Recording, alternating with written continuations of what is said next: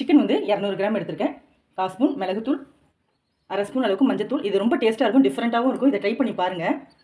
1/2 spoon அளவுக்கு chicken masala, 1/2 spoon அளவுக்கு மிளகாய்த்தூள், 1/2 ஸ்பூன் அளவுக்கு மல்லித்தூள், 1/2 ஸ்பூன் அளவுக்கு இஞ்சி பூண்டு பேஸ்ட், வெங்காயம் தேவையான அளவு. இது வந்து ரொம்ப டேஸ்ட்டாக இருக்கும். இதுலேயே வெங்காயத்தை போட்டுடலாம்.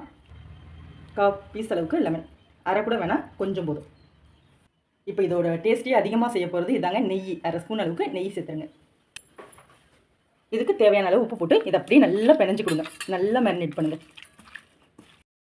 இங்கே பாருங்கள் எப்படி எண்ணெய்லாம் பிரிஞ்சு வருது பாருங்கள்.